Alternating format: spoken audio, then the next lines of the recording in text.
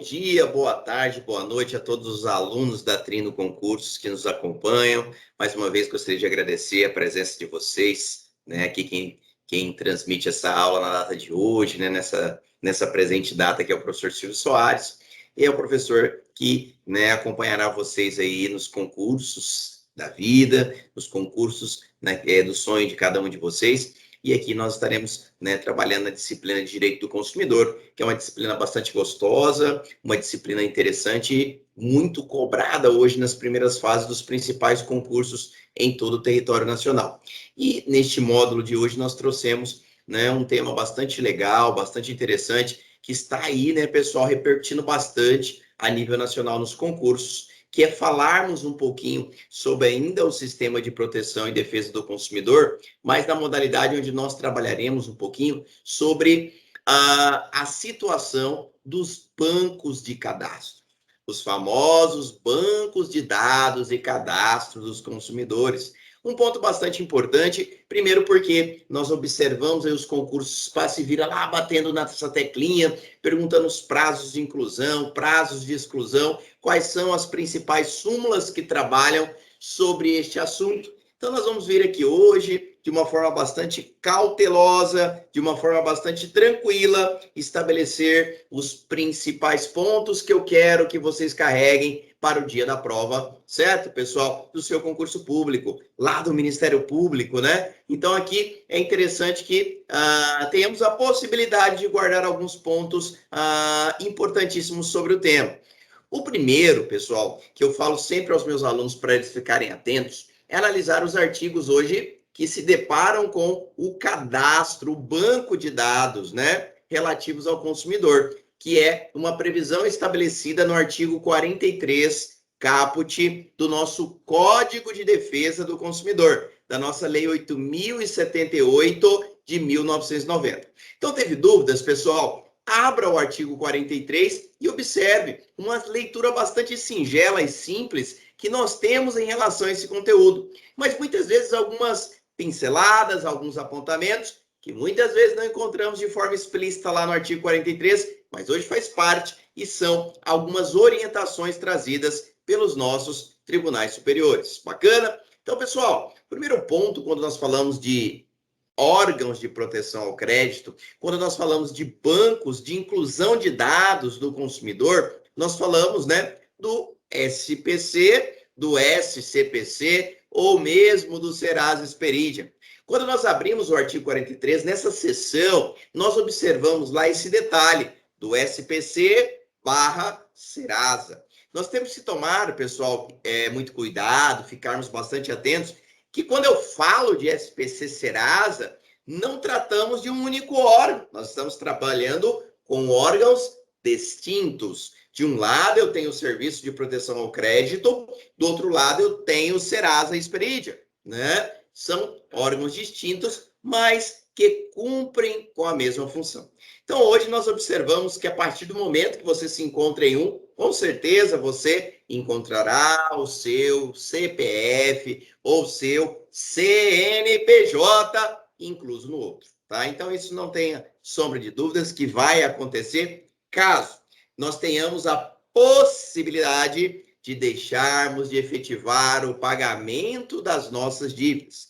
A própria legislação geral, que é o Código Civil, nossa Lei 10.406 de 2002, ela deixa isso bastante claro. Ela já bate lá essa tecla, já fala nos nossos ouvidos que o credor, ele terá o direito de cobrar uma dívida que se encontra o quê, pessoal? Não paga.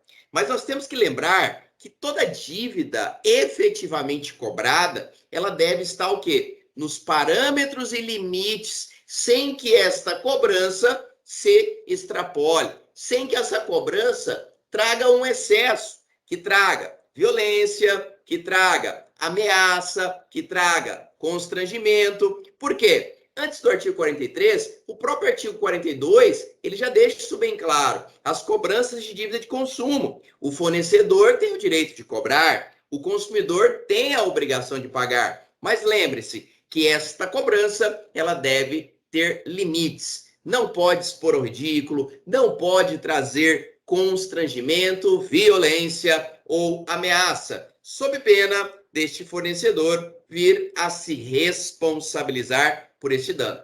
Então, quando eu falo de SPC Serasa, quando eu falo que o credor tem o direito de cobrar, façam a leitura do artigo 42, porque eles estão interligados. A partir do momento que eu cobro, eu não excedo os meus limites. Se eu excedo os meus limites, violência, exposição ao ridículo, constrangimento, cabe ação reparatória. E o mais interessante, que em muitas vezes nós temos uma cobrança feita de forma indevida, seja por extrapolar os seus limites, seja muitas vezes por nós não estarmos devendo, ou muitas vezes quando nós nunca tivemos uma relação com aquela empresa e o nosso nome se encontra devidamente incluso no rol dos maus pagadores, incluso no banco de dados. E aí, como que isso pode acontecer? O que eu posso reivindicar nesse sentido? Então é interessante lembrarmos que toda dívida paga e dívida da qual nós não temos relação ou dívida cobrada em excesso, onde nós efetivamos este pagamento do excesso e de forma indevida, vocês poderão reivindicar o que nós chamamos de repetição em dobro. Ou seja, lembrem-se desta característica prevista no artigo 42, parágrafo único, tá? 42, parágrafo único, por quê? Porque já derrubou vários candidatos. Quando eu falo em repetição em dobro, ter uma devolução de valores em dobro do que você pagou, o próprio parágrafo único do artigo 42 já deixa claro. O dobro do excesso que você pagou. Isso se torna o quê, pessoal? Abusivo. Então, no exemplo clássico, se eu devo R$100 no mês X e a empresa me cobrou R$110 e eu fui lá e paguei, não observei com cautela, o que acontece? A empresa poderá ser reivindicada ela, poderá ser suscitada pelo consumidor um reembolso sobre o dobro do excesso que ele pagou. Então, se ele pagou 110, 100 é devido, 10 indevido, caberá à empresa efetivar uma restituição sobre o dobro do excesso e não sobre o dobro da dívida, tá? Então, guardem isso com vocês. Teve dúvidas, pessoal? Novamente, friso o artigo 42, parágrafo único do Código de Defesa do Consumidor. Foi lá, entrou, analisou, lembre-se, o dobro sobre o excesso pago. Então, a mera cobrança pode nos induzir a erro. É o dobro sobre o excesso pago àquele fornecedor, tá? Então, por isso que sempre que eu falo sobre banco de dados, eu lembro muito das cobranças de dívida de consumo, porque eu devo ter um limite para cobrar. E o consumidor tem a obrigação de pagar aquela dívida existente, desde que ela seja devida e desde que os valores cobrados não extrapolem, não sejam abusivos e que de alguma forma traga ainda um prejuízo maior a esta parte hipossuficiente. Até aí, beleza, super tranquilo. Aí a gente começa então, pessoal, a adentrar um pouquinho aos órgãos de proteção ao crédito, aos cadastros de dados destes consumidores. Por quê? Porque quando eu cobro e eu estou dentro dos meus parâmetros e limites legais, eu não recebo, o que eu posso fazer? Eu, credor, eu, fornecedor, terei o prazo, para poder incluir o nome deste consumidor junto aos órgãos de proteção ao crédito. Esses órgãos, ele tem o papel de trazer como se fosse uma vedação, ou seja, com essa vedação, você não terá acesso a novos créditos enquanto você não pagar aquela dívida já feita lá atrás e não efetivamente quitada. Tá? Então, esse é o primeiro parâmetro e o primeiro ponto que nós temos de importante sobre os órgãos de proteção ao crédito. E aí começam algumas polêmicas, pessoal, que nós encontramos bastante nos nossos concursos públicos e que acabam derrubando bastante candidato lá. Então, fiquem atentos. Primeiro passo. Quem negativa o consumidor sobre os órgãos de proteção ao crédito? Será que já parou para pensar? Você que ainda não estudou o direito do consumidor. Professor, já estudei altas matérias para o concurso do MP que eu quero fazer, mas ainda não sentei com calma para estudar o nosso CDC. E muitas vezes nós carregamos algumas informações indevidas para o dia da prova. E uma delas é essa. Abrir o seu caderno de prova, uma das questões do concurso é perguntar a você: quem tem a obrigação de incluir o seu nome junto aos órgãos de proteção ao crédito? É a empresa do qual você deixou de pagar ou é o órgão? Porque muitas vezes, né, você fica lá pensativo, poxa, se eu comprei em tal loja e eu não paguei, é a loja que irá reivindicar a inclusão, que irá incluir o meu nome junto aos órgãos de proteção ao crédito. Pessoal, tome um pouquinho de cuidado nesse sentido, porque nós temos uma súmula bastante interessante que fala sobre esse critério de inclusão. A súmula 359 do STJ. Tá aí no nosso materialzinho, coloquei para vocês. Súmula 359. Por que eu falo isso? A súmula 359, pessoal, ela traz uma redação bastante importante, estabelecendo que caberá ao órgão mantenedor comunicar ao consumidor que o seu nome será devidamente incluso no rol dos maus pagadores de forma prévia. Então, galera, olha que interessante. Por que é o órgão que comunica e não a empresa? Porque é o órgão que efetivará a sua negativação e não a empresa. A empresa ela possui convênios com esses órgãos. Ela simplesmente efetiva o pedido, mas quem inclui e exclui em regra o seu nome é o próprio órgão mantenedor, ou seja, é o próprio CPC, o SPC, é o próprio SCPC, é o próprio Serasa Expedite, tá? Então, a súmula 359, ela foi bastante criteriosa nesse sentido, em estabelecer esse singelo critério, que caberá ao órgão mantenedor comunicação prévia sua sobre aquela negativação. Então, na prática, muitas vezes tem pessoas que acabam acertando a questão porque já receberam uma comunicação de futura negativação. Quem que manda a carta para vocês, pessoal? Não é a empresa, é o próprio órgão. Então, começa por aí. Então, a lei é bastante clara. Hoje nós já temos isso simulado, súmula 359 do STJ, que já bate nessa tecla, que caberá ao órgão mantenedor a comunicação prévia deste consumidor. Então, notem que o artigo 43, ele já trouxe como regra que a negativação sem uma comunicação prévia gera danos. Então, se nós tivermos questões nesse sentido em primeira fase, podem ficar tranquilos. Inclusão ao SPC sem comunicação prévia gera danos, parâmetros, segmentos já precedentes vinculados junto aos nossos tribunais superiores a nível nacional. Então, isso é bastante importante ficarmos atentos, que essa comunicação sempre é feita pelo órgão mantenedor. Então, é o órgão mantenedor que irá comunicar, a súmula já deixa isso bastante claro, e eu peço para que vocês tenham uma tranquilidade absurda no momento do seu concurso, ou que vocês estejam fazendo questões relacionadas ao SPC Serasa, a esse tema que nós chamamos de cadastro de inclusão do nome desses consumidores junto ao rol dos maus pagadores, tá? Então, a súmula já deixa isso bastante claro. Mas ótimo, professor, beleza. Se existe uma comunicação prévia antes da negativação e eles não os fazem, lembre-se, gera dano moral. Aí tá, professor, tudo bem. Nós tivemos uma comunicação feita pelo órgão mantenedor, conforme a súmula já estabelece. Agora, esta comunicação, ela tem por obrigatoriedade ser feita através de AR, através de aviso de recebimento? Porque muitas vezes eu sento e falo, peraí, professor, se a lei, se a lei e a súmula do Superior Tribunal de Justiça estabelece que é obrigatória a comunicação prévia, podemos subentender que o aviso de recebimento seria o quê, pessoal? Uma coisa indispensável, né? Ou seja, um acessório que não pode ser retirado no decorrer aí deste tema, deste assunto trabalhado. AR dispensável, AR indispensável. Aqui nós temos também uma outra súmula, que é a súmula 404. Então, galera, súmula 359, súmula 404.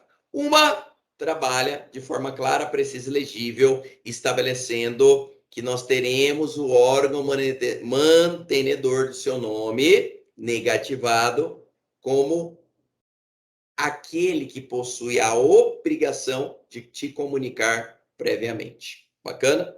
Já a súmula 404, galera, ela estabelece o seguinte, numa redação bastante simples, que o aviso de recebimento por esta comunicação enviada ao consumidor é dispensável o AR. Então, olha que interessante nós temos. A súmula 359, ela traz a circunstância de estabelecer que o órgão mantenedor terá a obrigatoriedade de incluir ou excluir o seu nome por meio de uma comunicação prévia. Perfeito. Só que esta comunicação prévia dispensa o aviso de recebimento, tá? Então, a súmula 404, em conjunto com a súmula 359, elas são bastante importantes. Precisa ficar bastante atentos, ficarmos espertos para não cairmos em qualquer pegadinha que seja lá no dia da nossa prova, tá, galera? Então, teve dúvidas, leitura da 359, leitura da 404, ambas do Superior Tribunal de Justiça, tá? Então, isto é de suma importância assimilarmos. Aqui nós trouxemos alguns pontos importantes também, pessoal, como acesso, transparência, retificação, comunicação, prazo, né? Então, são os pontos basilares que nós temos no artigo 43. Acesso, lembrem-se que é livre o acesso a essas informações, né? Eu não posso efetivamente bloquear o consumidor de ter acesso às suas informações, né? E isso já foi cobrado também em prova de concurso. Quando você é proibido de ter acesso às suas informações, quando o órgão não quer liberar essas informações para vocês, o que eu posso fazer? Aqui é importante notarmos que o artigo 43 estabeleceu no decorrer dos seus parágrafos que, num caso de restrição, de bloqueio de informações feitos por parte do SPC ou do Serasa, caberá a este consumidor reivindicar em juízo essas informações através de um HD. O que é um HD, professor? Um habeas data. Mas, professor, eu já estudei lá em Direito Constitucional que o habeas data ele só é concedido a instituições públicas. Beleza, característica tranquila e verdadeira. Mas o CDC, já nesta preocupação, equiparou os órgãos de proteção ao crédito, certo, pessoal? Equiparou os órgãos de proteção ao crédito a instituições públicas. Então, tranquilamente, vocês poderão marcar a opção no qual nós tenhamos essa saída, a produção de um habeas data para que você tenha acesso às suas informações que estão sendo devidamente bloqueadas, travadas por parte desses órgãos administradores, seja ele o SPC, seja ele o SCPC, seja ele o próprio Serasa. A transparência também é importante, por quê, professor? Tudo tem que ser às claras, né? Nós temos aí o direito ao acesso e direito à transparência. Por quê? Toda e qualquer inclusão tem que haver o quê, pessoal? Uma comunicação prévia. Tem que haver uma transparência naquele ato produzido, tem que haver uma transparência, pessoal, tanto na inclusão, onde todos terão acesso, e também o que, pessoal? A circunstância, né, de cumprimento dos rigores da lei sobre o seu cadastro. Então, é simplesmente pegar e incluir. Nós temos um rol de situações que devem ser vistos, principalmente um dos mais importantes já dito, que é a comunicação prévia do consumidor. Bacana? Retificação. Outro ponto importante também, por quê, professor? Notem que, a partir do momento que você identifica qualquer inclusão indevida no seu cadastro, você deve comunicar o órgão de imediato e o órgão terá que, de forma rápida, fazer todas as alterações devidas e retificar, ou seja, consertar todo o erro ali produzido. Então, exemplo, o Silvio, né, foi comprar uma loja, chegou lá, a loja não vendeu no crediário para o Silvio. Por que a loja não vendeu no crediário para o Silvio? Porque a loja informou que o nome do Silvio estava incluso nos órgãos de proteção ao crédito. O Silvio fez uma pesquisa e descobriu que uma loja X o negativou. E o Silvio nunca teve relação com aquela loja, nunca passou nem na porta. Ele procurou o local, explicou a situação e reivindicou que a empresa excluísse o seu nome, retirasse o seu nome junto aos bancos de proteção aos dados, tá? SPC, Serasa, SPC, tá? Então, hoje, esses bancos de dados, né, pessoal dos maus pagadores, muitas vezes temos uma inclusão indevida, né? Então, comunico, reivindico, retificação e qual que é o prazo estabelecido pelo artigo 43? 5 dias úteis, tá? Aqui no CDC nós falamos de dias corridos, tudo tranquilo, nós vamos trabalhar alguns módulos disso também, mas eu quero deixar bem claro que aqui nós estamos trabalhando com 5 dias úteis. Prazo este, definido por lei, para que nós tenhamos, né, a limpeza, a exclusão ou totalmente qualquer retificação devida junto a esses órgãos, tá? Então não adianta ir lá brigar, galera, ou verificar a questão lá no seu concurso público e entender que a baixa é de imediato. A baixa, ela pode ser através do momento do pedido de limpeza, de retirada, contados o prazo de 5 dias úteis para que tudo esteja devidamente confirmado, tá? Então, por isso que eu gosto de falar muito desta parte também. E aqui nós falamos um pouquinho no próprio artigo 43 também, parágrafo 1º e 5º, sobre prazos. Primeiro deles, nós deixamos bastante claro, né? 5 dias úteis, tá? Então, 5 dias úteis é o prazo no qual eu vou lá, eu faço um acordo, eu vou lá, eu quito a dívida. 5 dias úteis é o prazo para que nós tenhamos a baixa do nosso nome junto aos órgãos dos maus pagadores, né? Então, beleza. Qual que é outro prazo também que nós temos aqui importantíssimo? É o prazo, pessoal, no qual o seu nome poderá ser mantido, incluído, negativado. Porque muitas pessoas falam assim, não, eu não vou pagar essa dívida não, eu vou esperar prescrever, eu vou esperar caducar essa dívida para que pagar? Está próximo de chegar o período, então nem vou pagar. Galera, não confunda as coisas. O Código de Defesa do Consumidor, em nenhum momento, estabeleceu a perda da dívida. Ou seja, o credor terá a exclusão ou a perda de efetivamente cobrar aquela dívida de quem deve? Não. O CDC ele deixou bem claro que nós teremos um prazo prescricional quanto a uma negativação. Então, se decorreu 5 anos, que é o prazo estabelecido por lei, e nós não tivemos, pessoal, o pagamento daquela dívida, não tem como eu excluir o nome. E passando 2, 3 meses, eu ir lá incluir de novo, porque já decorreu 5 anos. Então, em relação a essa dívida, eu nunca mais poderei negativar aquele consumidor, né? E se isso for feito, nada impede que vocês busquem, certo? Uma ação reparatória contra este estabelecimento. Aí muitas vezes você fala assim, poxa, professor, você está defendendo quem? Né? O cara deve, não paga e ainda pode receber uma indenização da instituição financeira ou da empresa? Sim, cara. Já tive vários casos práticos nesse sentido, tá? Por falta de comunicação prévia, né? Ou cobranças excessivas no acordo efetivado, ou a inclusão indevida, onde, né, a pessoa nem ainda estava devendo junto à instituição e eles negativaram ela de forma antecipada. Então, são vários exemplos que nós temos nesse sentido.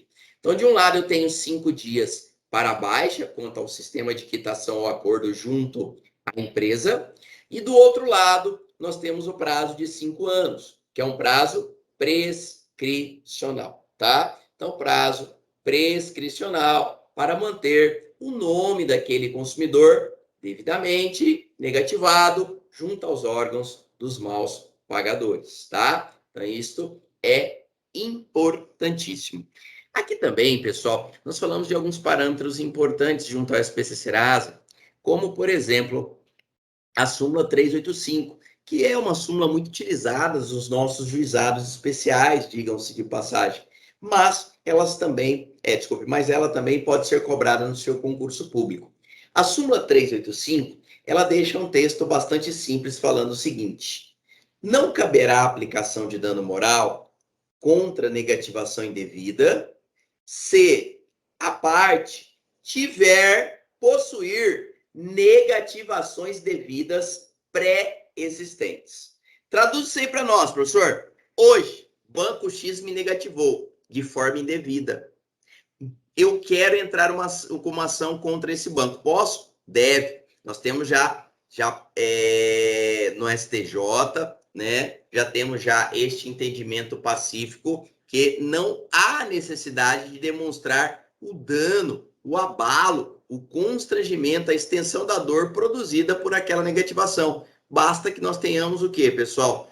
A demonstração, a comprovação do extrato de negativação indevida. É o suficiente. Beleza, professor. Até aí, tranquilo. Tenho lá meu extrato, fui negativado indevidamente, porque eu nunca tive relação com aquele banco. Posso entrar com uma ação? Pode. Mas ele não falou ao seu advogado que ele tinha outras negativações pré-existentes. E todas as outras pré-existentes, todas devidas. Então, peraí. Se hoje eu sou negativado indevidamente e eu possuo extratos de negativações devidas, pré-existentes àquela, esqueça, a súmula 385 exclui o seu direito à reparação por danos morais, tá? Então, o que poderia fazer a diferença? Se hoje você tem uma negativação indevida, mas tem alguma devida pré-existente, seria o caso de você pagar a devida pré-existente para quebrar o rigor da súmula 385 do Superior Tribunal de Justiça. Bacana? Então, outro ponto também que eu acho bastante importante e que deve ser guiado a cada um de vocês para o dia da prova. Aqui também, pessoal, nós temos a súmula 550, que é uma súmula bastante importante e bem mais nova que as outras aqui citadas, porque ela fala do famoso e conhecido score de créditos, né? Score de créditos é aquela avaliativa que nós temos hoje, pessoal, junto às instituições financeiras, para que nós tenhamos a oportunidade de termos uma melhora no nosso crédito perante essas instituições. É um reloginho de pontos, né? Que enquanto mais tempo você se mantém comprando sem ser negativado, você tem um aumento nesse score. E o score, como é uma ferramenta que foi desenvolvida junto às instituições bancárias e o Banco Central, tem um movimento bastante importante, que ele pode dar a abertura de portas para vocês junto a uma instituição bancária, tá? Então, a súmula 550 só trouxe um parâmetro, né, de orientação nesse sentido. Já que eu tenho score de crédito, a súmula estabeleceu que este score, pessoal, ele pode ser consultado por qualquer instituição financeira no Brasil, tá? Então, peraí, professor, se eu tiver alguma questão nesse sentido, o que eu tenho que observar? Galera, o score de crédito, a visão e análise, né, da movimentação financeira deste consumidor, ela pode ser feita pela empresa sem tão mesmo comunicar ao consumidor. Eu não preciso ter contato com o consumidor, eu não preciso ter nenhum tipo de autorização. Isso já é liberado por lei. Bacana? Então, notem, pessoal, que caso eu tenha acesso a essas informações dizendo que fulano de tal está pesquisando a minha vida, está pesquisando o meu score, o que você pode exigir? A súmula 550, ela estabeleceu que, primeiro, não temos a obrigatoriedade de comunicar o cliente, de comunicar o consumidor que você está ali acessando informações dele, tá? Então, não há necessidade. Eu não preciso fazer isso como fornecedor. Mas, se este consumidor descobrir que vocês estão produzindo esse acesso a informações relativas ao CPF dele, o que ele pode fazer pela súmula 550? Exigir que todas essas documentações também sejam enviadas a ele, para que ele possa acompanhar todo aquele trâmite, tá? Então, esta é a nossa súmula 550 do Superior Tribunal de Justiça. Então, são essas súmulas, pessoal, as mais importantes, ao meu ver, na minha visão, sobre o tema SPC Serasa. Esses dias, eu achei até interessante, né, até deixar claro isso na nossa aula também, que pode ser uma informação para o dia da prova, foi o seguinte, uma pergunta assim, professor Silvio, quando inicia o período de prescrição quanto à negativação? Ela inicia do momento de inclusão do seu nome junto ao órgão ou ela inicia a partir do vencimento da dívida? Isso já foi uma polêmica, né, pessoal? Vocês já pararam para pensar? Porque às vezes eu posso ter aquela questão no dia da prova me perguntando isso. Onde inicia o prazo de negativação? Né? Onde eu vou contar ali o prazo de prescrição dessa negativação? No ato da inclusão ou através do período de vencimento da dívida, no momento que eu torno-me inadimplente. Como que isso funcionará? Os nossos tribunais superiores, pessoal, hoje eles já são tranquilos, pacíficos, orientando que nós teremos, certo? O início da contagem do prazo prescricional não pelo momento de inclusão junto ao órgão de proteção, mas sim no momento da contagem e da data do vencimento da dívida. Bacana? Então, isso é bastante importante também e eu quero que vocês carreguem isso para as aulas de vocês. E aqui nós temos também, pessoal, né, o artigo 44, falando um pouquinho sobre o cadastro de fornecedores. Tá? O que acontece? O cadastro de fornecedores, pessoal, é um sistema, é uma obrigatoriedade atribuída a todos os fornecedores de comunicar informações relativas à prestação do seu serviço ou venda dos seus produtos ao PROCON daquele respectivo estado e o PROCON enviar essas informações ao SINDEC, que é um sistema nacional, para que ali ele possa produzir a distribuição dessas informações a todos os órgãos de produção crédito, a todos os estados, né? Então isso é bastante importante para trabalharmos estatísticas, né, para vermos quais são as empresas mais reclamadas. Então, o cadastro de fornecedores previsto no artigo 44, ele é obrigatório a todo PROCON de Estado, tá? Então, todo PROCON de Estado, uma vez por ano, efetiva o cumprimento do artigo 44, onde eles divulgam, pessoal, uma listagem com as empresas mais reclamadas dentro do Estado, e ali detalhando, né, dentre estas reclamações, quais são as mais presentes, né, quais não são as presentes, quais são as mais fortes. Então, isso trabalha-se estatisticamente, principalmente para quem tem veículo ou tem outra situação, para entender se ali deve ser mudado ou não, se eu devo manter o mesmo segmento. Então, é importante, sim, o artigo 44, trazendo essa obrigatoriedade aos órgãos de proteção, trazendo essa obrigatoriedade aos PROCONs de Estado, a possibilidade de divulgação dessa listagem das empresas mais reclamadas naquele respectivo estado. Bacana, galera? Então era este o nosso recado de hoje. Era um módulo bastante tranquilo e bastante simples, relativos à situação do banco de dados, do cadastro, do órgão dos maus pagadores, né? Do SPC, SCPC e Serasa Experidia. E lembrando desses critérios, desses detalhes, para que você possa aí carregá-los para o dia da sua prova e, com certeza, gabaritar as questões existentes sobre o tema. Certinho? Grande abraço a todos vocês e até o nosso próximo encontro, se Deus quiser. Fui!